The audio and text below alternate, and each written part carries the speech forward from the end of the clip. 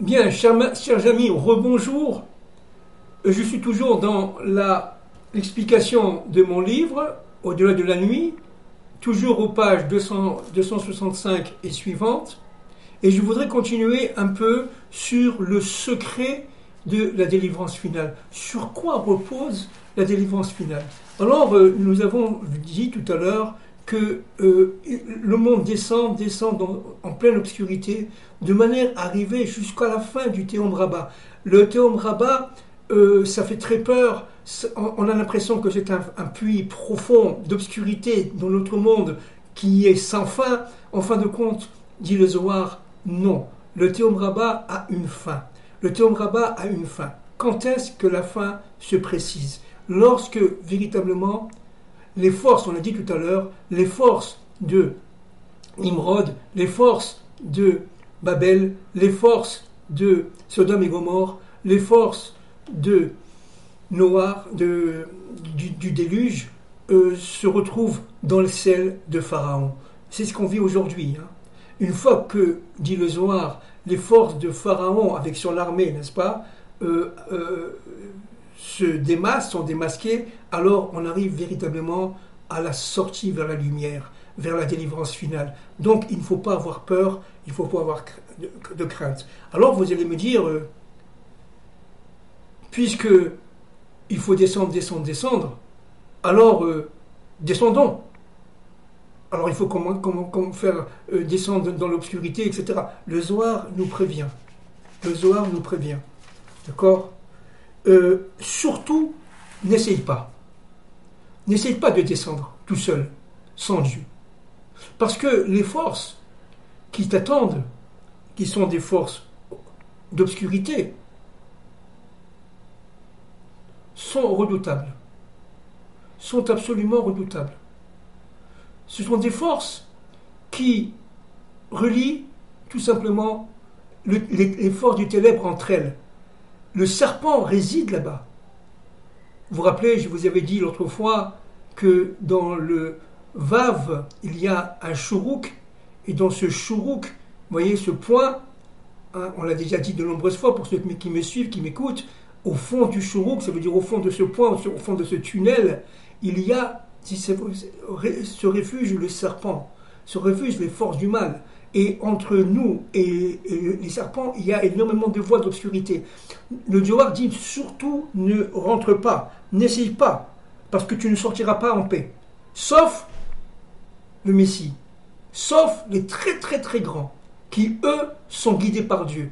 Pour éviter la catastrophe, il faut descendre avec Dieu au jour le jour, en se collant complètement à sa volonté.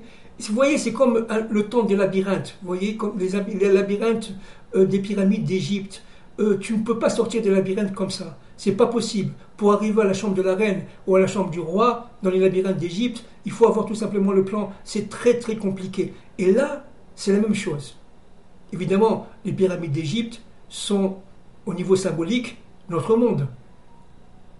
Et donc, ne rentre pas dans le monde des labyrinthes comme cela, sans l'accord de Dieu et sans Dieu à chaque instant. Tu n'arriveras pas, tu te fracasseras face au monde du mal, dit le Zohar. Le monde du mal, il est extrêmement rusé, il est extrêmement puissant, parce que tout simplement, il est caché au Théum Rabbah, dit le Zohar, au Théum Rabbah. Alors, le Ramak, Rabbi Moshe Cordovero, il donne des exemples de personnages bibliques qui ont essayé de rentrer au plus profond de l'obscurité. Comme Noé, par exemple. Et Noé a été sauvé in extremis par Dieu et sa famille. Il est tombé en faisant le lien entre le ciel et la terre. Mais au dernier moment, il a été sauvé. N'est-ce pas? Au dernier moment. Grâce, évidemment, à l'ordre de Dieu de construire, évidemment, l'arche, etc. Mais regardez Abraham Avinu, c'est la même chose. Abraham est sorti, évidemment, d'un couple qui est un couple extrêmement impur, puisque son père Térar, qui était le chef sorcier de Nimrod, le conseiller numéro 1 de Nimrod, et il est parti avec sa femme, qui est la mère d'Abraham, et elle était à ce moment-là Nida, dit le Zohar. C'est pas moi, évidemment, c'est le Zohar. Donc de ce couple impur sort Abraham. Donc Abraham devait, par son travail intérieur incessant, j'allais dire presque insupportable, mais seul Abraham pouvait le faire. Descendre au plus profond des forces d'obscurité de ce fameux Théom Rabbah pour pouvoir tout simplement devenir lui-même, devenir saint, devenir Abraham notre Père. Mais pour cela, il est passé, dit le Ramak, le Rav Moshe Cordovero de mémoire bénie, c'est qui était d'ailleurs, on le sait, un des maîtres du Harizal au XVIe siècle. Eh bien, le Ramak dit une chose très très importante. Il dit que lorsqu'il est arrivé à ce moment-là, au niveau du Théom Rabbah, la Torah dit qu'il a fait une alliance entre les morceaux avec Hachem. L'alliance entre les morceaux. Et là, qu'est-ce qu'il a vu? Il a été pris par une torpeur. Il a vu véritablement les catastrophes, y compris la Shoah. Il a vu. Les catastrophes qui allaient se démultiplier dans le monde pendant toute l'histoire humaine. Et notamment par rapport à ses enfants, fils d'Yitzhak et de Jacob.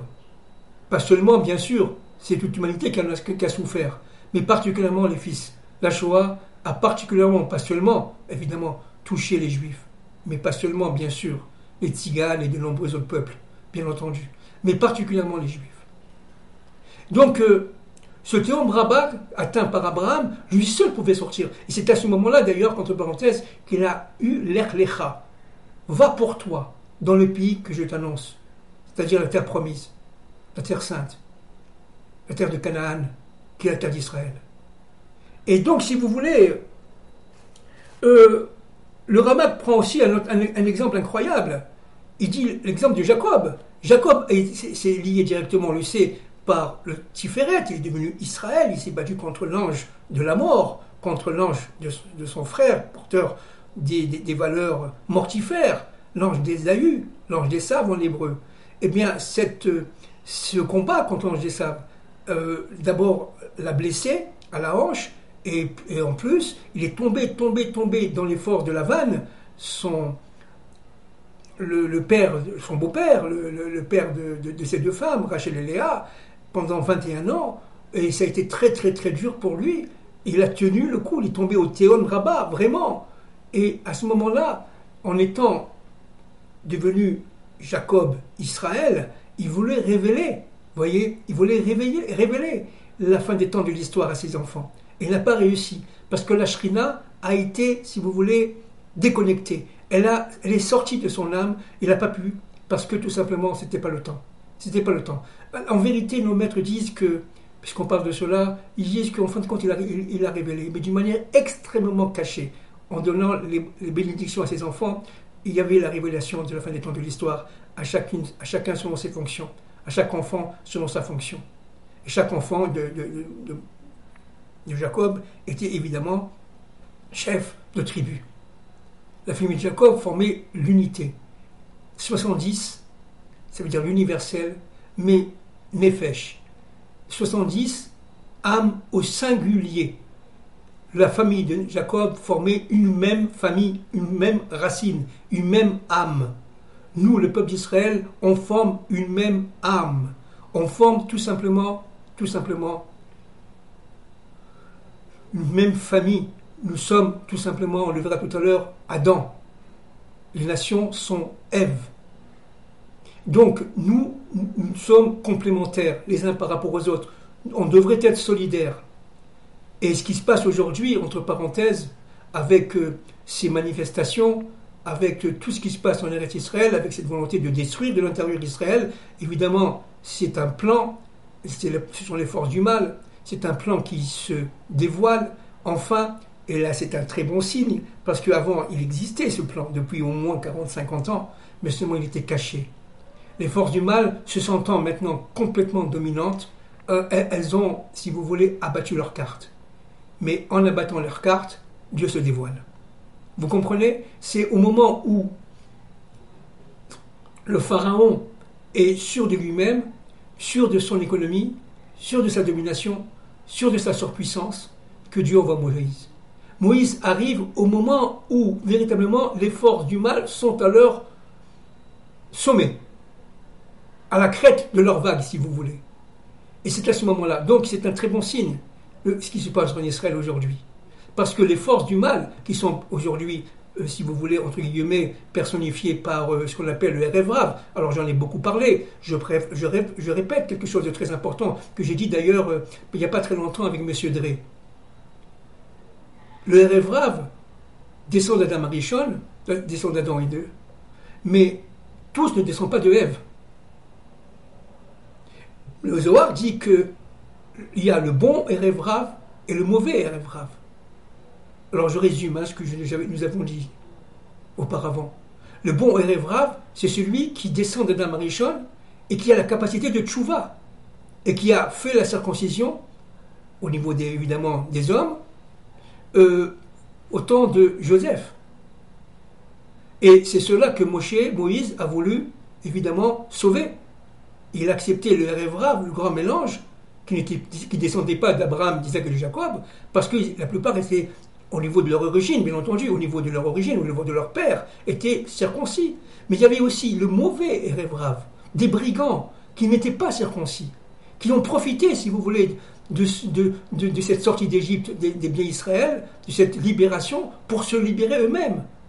Et ils sont collés à Israël. Vous voyez, ce sont les clipotes. Ce sont ces formes d'impureté qui ne sont pas circoncis, qui n'ont jamais été circoncis au niveau de leurs aïeux et qui, tout simplement, sont sortis. C'est le mauvais côté. Et ce mauvais côté du Erev Rav, qu'on retrouve d'ailleurs en bonne partie aujourd'hui en Eretz Israël, et qu'on retrouve aussi dans le monde, entre parenthèses, qui a fait beaucoup de mal dans l'histoire d'Israël, beaucoup de mal, eh bien, c'est lui qui a poussé, on répète, au veau d'or, c'est lui qui a poussé tout simplement aussi à la faute des explorateurs, et donc le Nefav, vous voyez, et donc tout cela, ce Erev Rav-là, aujourd'hui, se réalise en terre d'Israël, notamment aux environs de la région du Gush Dan, c'est-à-dire la région de Tel Aviv, qui fait que véritablement, ils sont pris par des forces incroyables, n'est-ce pas, qui viennent des forces de leurs origines, de leurs ancêtres, et ces forces-là qui étaient cachées et qui aujourd'hui éclatent au grand public. Encore une fois, c'est un très bon signe, parce qu'Israël arrive aussi au niveau du Théom Rabbah, vous voyez, du Théom Rabbah, de l'obscurité la plus totale, de manière à détruire, c'est leur volonté, détruire le pays, détruire tout simplement toutes les structures étatiques, de manière à en finir avec Israël. Mais ce Erev Rav-là, ce mauvais Erev Rav, lié aux espions qu'avait envoyé à l'époque Pharaon et qu'on retrouve dans toutes les générations, et notamment aujourd'hui, au sein du peuple juif, eh bien, tous ces gens-là, qui font partie de l'obscurité, du mal, eh bien, ont été démasqués. Et comme on l'a dit de nombreuses fois, c'est ça le travail du Messie et du prophète Élie, d'Éliou Hanavi. C'est de démasquer les forces du mal, d'abord. Lorsqu'on dit que le Messie est un combattant, c'est ça que ça veut dire, d'abord. Et surtout, c'est démasquer en Eretz Israël les forces du mal. Et donc, ce qui se passe aujourd'hui, c'est que ces forces-là, qui sont évidemment au niveau simple, au niveau historique, financées par l'extérieur, mais attention, il ne faut pas mélanger les forces du mal laïque, qui, elles, vont faire tchouva. Ce n'est pas la laïcité qui est en question. Pas du tout. Ce qui est en question, c'est l'athéisme réuni à la laïcité. Ce qui est dangereux, c'est le fait tout simplement qu'une partie du Erev Rav forme ce que le Zohar appelle Negara. Negara. C'est-à-dire, Negara, ça veut dire cette maladie, cette plaie mauvaise. Negara. Cette plaie mauvaise. Et ce Negara, cette maladie-là, qui infecte le Erev Rav, le grand mélange, eh bien, tout simplement, cherche à détruire ces forces-là, maladives, cherchent à détruire la Knesset Israël, l'Assemblée d'Israël revenue sur sa terre. C'est ça qu'il s'agit aujourd'hui. Et d'ailleurs, le Zohar dit qu'au moment de la guerre de Gog et Magog, les délégués, les envoyés du Erev Rav, les élites du Erev Rav vont appeler Gog au secours pour pouvoir détruire Israël. C'est ce que dit le Zohar. Et on n'est pas loin. Aujourd'hui, si vous écoutez les informations en Israël, bon, il y a évidemment toutes sortes d'informations, il faut faire le tri, mais il n'empêche que beaucoup d'Israéliens se posent la question, est-ce qu'il ne faut pas partir d'Israël? Parce que ça ne correspond pas du tout à leur vision de leur propre État. C'est-à-dire, véritablement, vous voyez, en fin de compte, ce qui se passe, il se passe qu'il y a quelque part un tri. Il ne faut pas mélanger le laïc, qui lui peut revenir vers Dieu, il n'y a aucun problème, du Erev Rav, qui lui est fondamentalement lié carrément à l'immoralité sexuelle, qui est directement lié à la haine de l'étude de la Torah. C'est pas la haine des religieux qu'il veut. Ce qu'il veut détruire, c'est le rapport entre Israël et la Torah, entre Israël et son Dieu. Ça, c'est le Erev Rav. Ça, c'est le mauvais Erev Rav. D'ailleurs, qui ne restera pas, qui partira. Ils veulent étouffer, si vous voulez, ce qu'on appelle bêtement les religieux, ceux qui cherchent le Hémet. Ils veulent les étouffer au niveau économique, au niveau social, au niveau éducatif. Ils font des programmes scolaires, par exemple, complètement éhontés, qui ne correspondent pas du tout à l'essence même de la réalité juive, de la réalité authentique juive, avec le wokisme américain, etc. On n'a rien à voir avec ça, nous, la Knesset Israël. Mais eux, qui sont les pendants, j'allais dire, de l'Occident en Israël, c'est leur monde. Donc, ils ne resteront pas. Ils ne resteront pas parce que Dieu va créer les événements qu'ils vont avoir très très peur.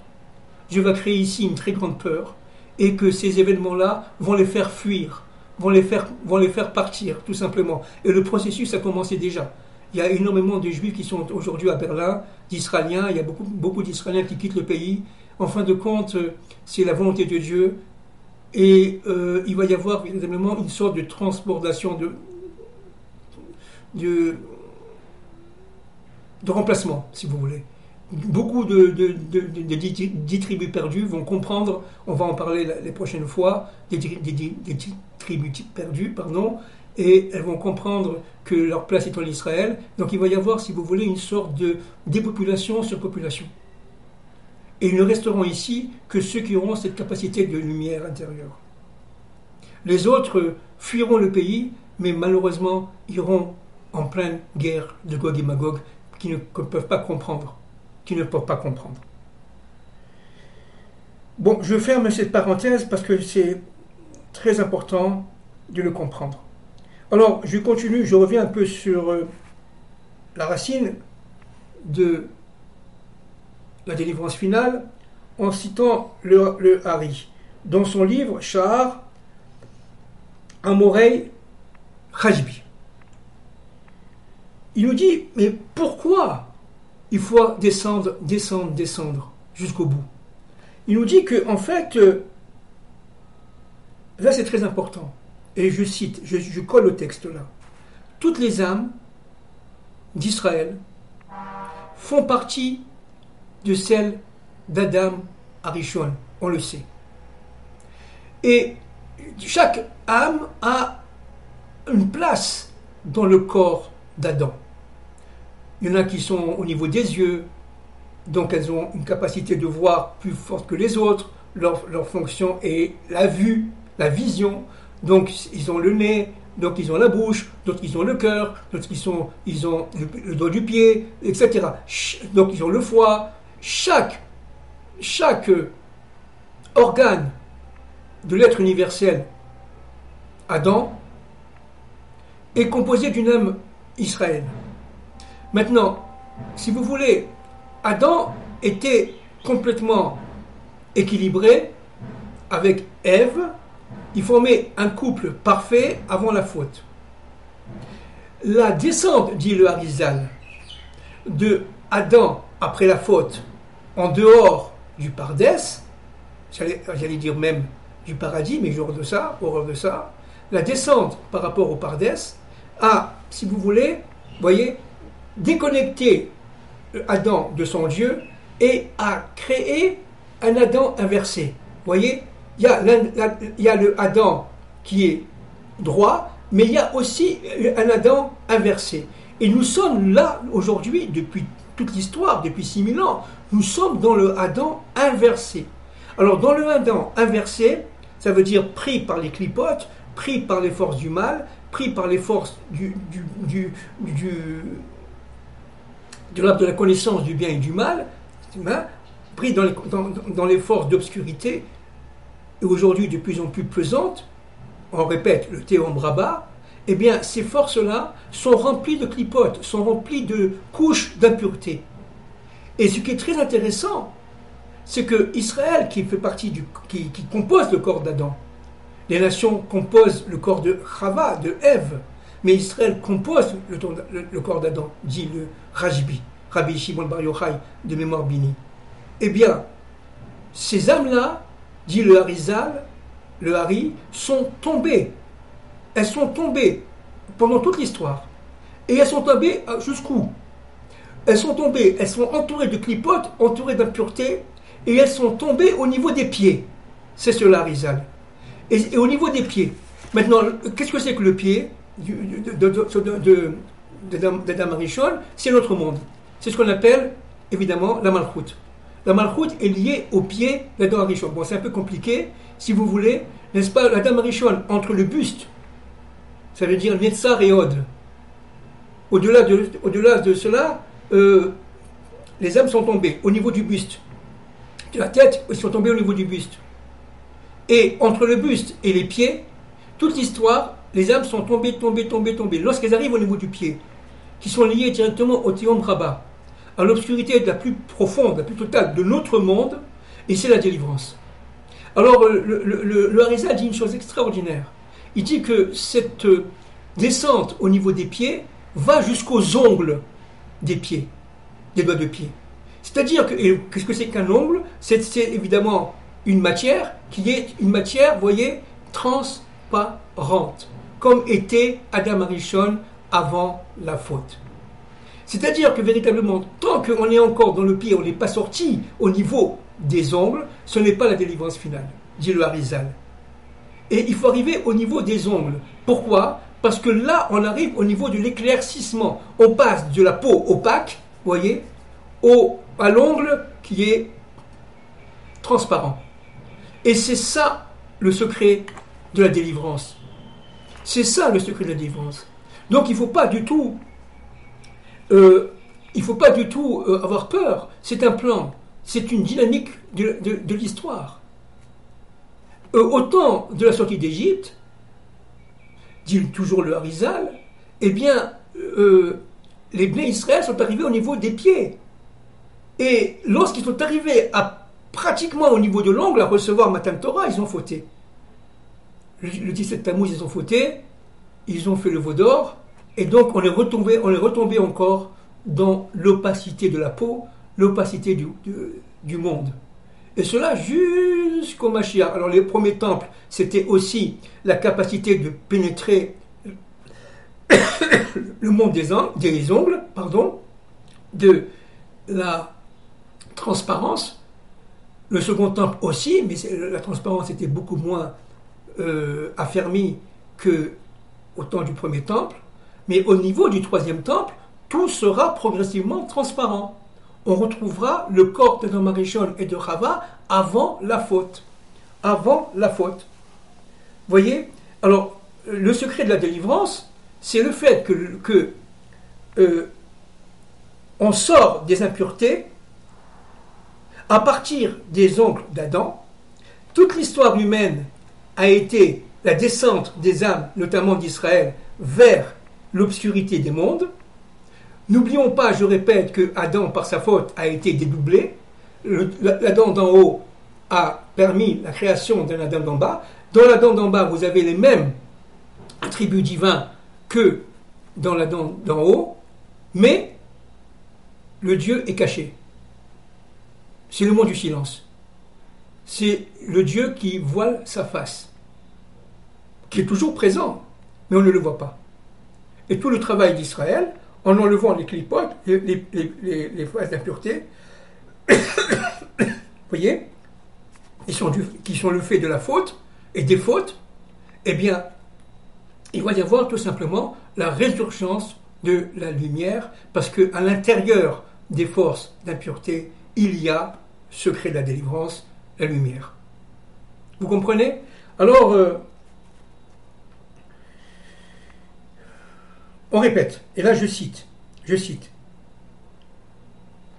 chaque faute d'Israël perturbe l'équilibre et entraîne le renforcement des forces d'obscurité. Le travail d'Israël par la tchouva, c'est de retirer ces forces d'obscurité. Ces forces d'obscurité, lorsqu'elles atteignent un certain niveau de théom rabbah, elles provoquent la grande peur, le grand réveil, c'est la guerre de Gog et Magog, qui fait que véritablement, cette guerre, cette grande peur, va réveiller les âmes qui doivent être réveillées et réveiller les forces du bien. C'est le combat des forces du bien contre les forces du mal. Deuxième chose très importante, c'est que par la tchouva, par la réparation, par la véritable tchouva, les âmes qui sont descendues, vont commencer à remonter. Vous voyez? Et ça, c'est très important. Et tout ça, c'est à partir, encore une fois, de Bereshit, de la faute d'Adam. Alors, maintenant, le Zohar, dans la parashat Pikoudé, pose la question, jusqu'où Israël va aller dans la descente? Alors, on répète, n'est-ce pas? Ils vont descendre au fin fond de la Klippa, de manière à arriver au Théom Rabbah, la grande obscurité la plus profonde possible. Au-delà de ce niveau de profondeur d'obscurité, c'est la destruction. Et lorsqu'on arrivera au niveau du début de la destruction du monde, Dieu intervient, il envoie le Messie. Dieu intervient, il envoie Moïse. Vous comprenez? C'est-à-dire que, véritablement, il y a un combat entre les clipotes, les forces d'obscurité et les forces du bien. Pourquoi? Alors là, c'est très important selon le Harizal. Le Harizal dit très très bien dans son livre Sha'ar Agilgulim, là je cite, n'est-ce pas?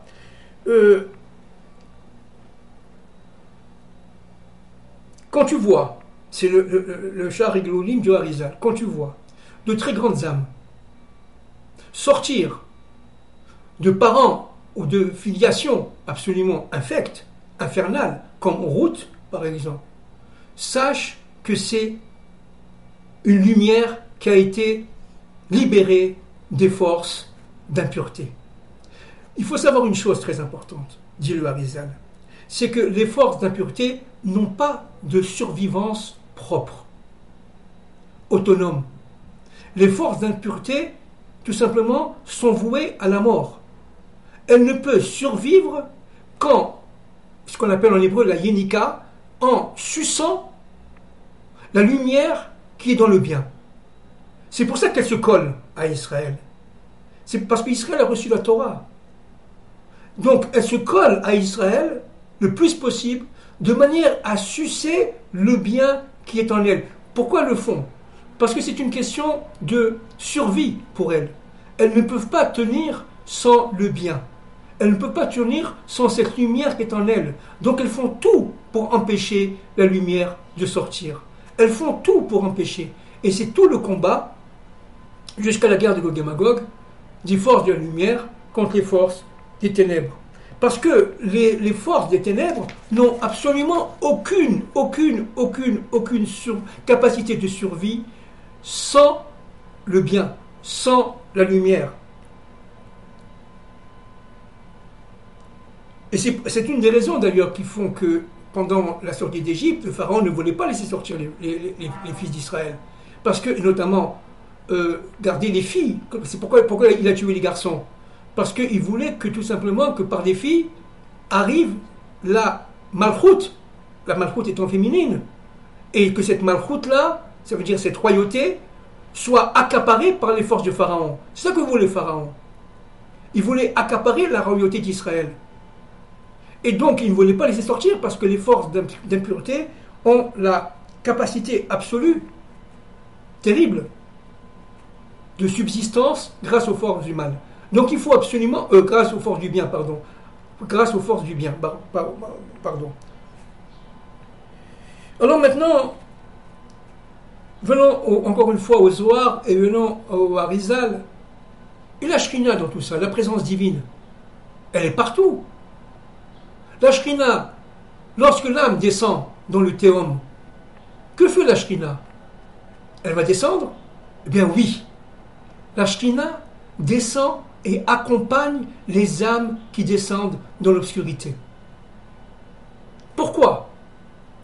Parce que la Shrina, par le principe de miséricorde, n'abandonne pas ses enfants. La Shrina, qui est la présence de Dieu, dans son attribut féminin, bon, si on peut parler comme ça, Dieu n'abandonne pas ses enfants. Jamais. Donc il va les accompagner jusqu'au bout, jusqu'à la descente, pour les nourrir. De quoi? De la flamme, de l'étincelle, de lumière divine. Mais cette étincelle, lorsqu'elle est extrêmement induite dans des forces d'obscurité terribles, eh bien, elle ne peut pas rayonner.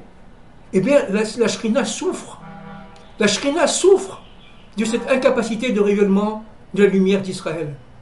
La Shrina souffre de sa propre exil. Mon maître Manitou disait que la Shrina est en exil de sa propre Shrina. C'est-à-dire, véritablement, la présence de Dieu en a marre de l'exil. Elle en a marre de ces profondeurs d'obscurité. Et qu'est-ce que c'est que l'exil? On le sait maintenant.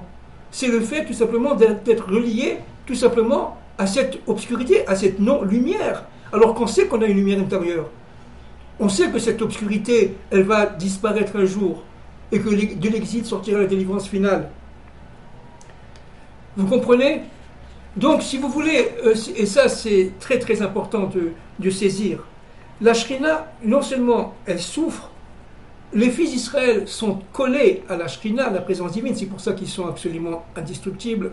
Tous les ennemis d'Israël qui veulent détruire Israël n'arriveront pas, bien entendu. On ne peut pas détruire la présence de Dieu, parce que à la fin des temps de l'histoire, la Shrina, la présence de Dieu et Israël, retournés sur sa terre, forment plus que l'unité. Ces pauvres forces du mal, y compris les forces qui sont à l'intérieur de notre peuple, ne savent pas, ne s'imaginent pas contre qui elles se battent. Elles se battent contre Dieu. Mais bon, enfin, si pour Dieu, c'est rien du tout. C'est rien. Regardez ce que dit, par exemple, l'Haftara. J'ai préparé dans la paracha Vaïtranan. Regardez ce que dit la paracha, dont c'est le Isaïe, Péret 40. Isaïe, le prophète Isaïe, Péret 40. Regardez, bon, je vais très très vite, n'est-ce pas? Regardez ce que dit Dieu. Regardez. C'est que, bon, je lui donne un passage, c'est tout, c'est que les peuples entiers, je passe tout le paragraphe 15, c'est que les peuples entiers comptent pour Dieu autant qu'une goutte d'eau, tombant d'un seau, autant que la poussière sur la balance. Ça veut dire rien du tout. Ça compte pas. Toutes ces forces-là, n'est-ce pas, qui croient dominer, etc., ce sont tout simplement des forces liées à leur propre fantasme, à leur propre force d'impureté. Elles ne voient rien du tout. Elles sont dans l'obscurité la plus totale et elles sentent dominer les pauvres et remplacer Dieu. Vous vous rendez compte dans quel monde nous vivons? Remplacer Dieu, mais c'est risible. Donc ces forces-là qui sont vouées à la mort, parce que tout simplement, avec la guerre de Gog et Magog, elles vont disparaître. Toutes ces élites mortifères vont disparaître. Leur puissance monétaire, financière, budgétaire et tout ce que vous voulez vont disparaître. Bien entendu. Bien entendu. Il n'y a aucun avenir à ce genre de force. Et le Zohar le dit. C'est pour ça qu'il faut rester patient. Il faut rester sûr de soi. Il faut rester fort. Il faut rester tout simplement lié à Dieu. Lié à son Dieu. Tout simplement lié à son Dieu. Faire tchouva. Faire tchouva.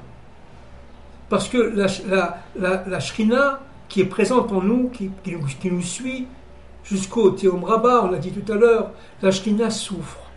Elle souffre énormément.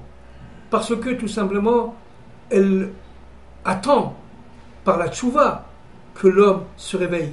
Et elle descend. Elle souffre de voir la souffrance de l'homme, si vous voulez. Elle souffre de voir la souffrance des justes. Elle souffre de voir la souffrance de ses enfants. Et cette souffrance-là, qui est terrible, parce que tout simplement, elle est destructrice, eh bien, va se réparer par graduation. Et la Shekhinah va resplendir dans le monde à partir d'Israël, bien sûr. Si Dieu veut, Bezrat Hashem, que Dieu nous aide, que Dieu nous donne la force, et que Dieu nous donne l'espérance, parce que nous sommes des gens d'espérance. Nous savons que tout ça, c'est pour le bien. Donc il ne faut pas du tout désespérer. Il faut être sûr de soi. Il faut être fort. Il faut être lié à son Dieu. Il faut être lié à sa famille. Il faut être à la tradition, et c'est très important, traditionnaliste, qu'on soit juif, qu'on ne soit pas juif. Il faut savoir tout simplement que la famille est l'angle, n'est-ce pas? Et c'est l'angle de vie, c'est le sine qua non de toute la vie de l'homme dans ce monde. Et que les rapports humains sont des rapports fondamentaux, liés directement au bien, directement à la solidarité, directement à la tzedaka, c'est-à-dire à de donner au don de l'autre, au don à l'autre. Merci beaucoup.